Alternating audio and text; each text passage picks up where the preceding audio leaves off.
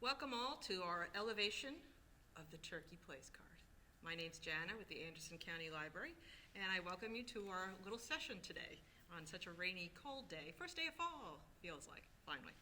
So what we're going to do is you get a kit of the turkey, and it's got 30 pieces in it. And there's a couple of things I just wanted to go over with that just to make sure. I took pictures of it to put into the kit, but I'm not always sure this is totally recognizable.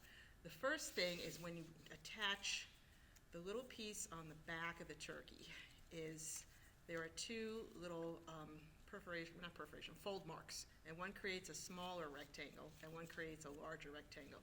So the larger rectangle is the one that you want to put right above the little curved arch of the feathers when they're fanned out, so that when you put the turkey on the base, you can fold his feet and then glue the smaller rectangle onto the circle so that it will keep it in an upright position. And putting a little glue on his feet too wouldn't hurt either to keep them in place. And then on the back of that, you're going to glue the little circle to cover the rectangle up. Now, of course, your rectangle is the right color. I was doing this as a prototype. So that is one option. Now, another option you can do with this turkey, and I didn't do it in the kit because you need to have a glue gun.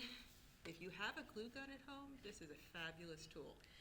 I would put it on, if you have it on low heat, this is the best thing so you don't burn yourself. But what you can do with the turkey is you can use a straw, a drinking straw, and it could be paper, plastic. You could paint it, you could keep it clear, whatever you want to do.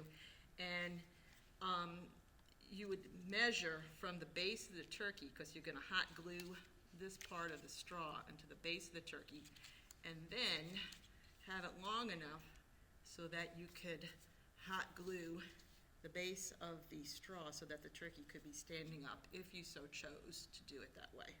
I amended it a little bit so you can just use regular white glue if you didn't have a glue gun. So that is a possibility that you can do for your turkey if you would like your turkey standing up. Now the other thing about the turkey is you get two long feather pieces. And what you can do with that is you can glue them together and have a very long feathery thing. Or I thought it would be kind of interesting if you put tissue paper on the back side. It could be orange, yellow, red, brown, whatever fall color you like. And it could shine through the feathers. And if you don't like the messy side, you could double it up and put the feathers on the back side of it. And that would still give you a good fan. And then you could also see through the tissue paper if you had candles behind it or something like that, or light. So that you would do that the same way. So that's one option. Now another option, if you're a crafter and you've got crazy things around your house and you actually happen to have feathers, you can always add some feathers sticking out the back of your turkey, and that would give it some color and some movement if you would prefer. The place card is an optional thing. You can write anything you want on that. You can say welcome, gobble till you wobble, somebody's name, is it Thanksgiving again, that kind of thing, whatever you want. Or you can just leave it off totally and have your turkey the way it is. I also put into the kit, because I'm that kind of a person, is I like to dress my turkeys. So I made little hats for them. So the ones I put in there, we got the little Santa hat. We have the football outfit with the football. And that's something you can do too, is put, if you have a football player in your family or you have a favorite football player, you put their number on the hat. You can cut out a little white circle and put like a little jersey on them and put their name on it if you were so inclined. Or the traditional pilgrim hat, as in, welcome to the party, you're the entree. Or, since it's a rainy day, I just couldn't resist the bowler and the umbrella for the well-dressed turkey about town, okay? Now another thing you could add to this turkey, because his eyes are a little blank, I kind of like, you could add little googly eyes, if you had googly eyes.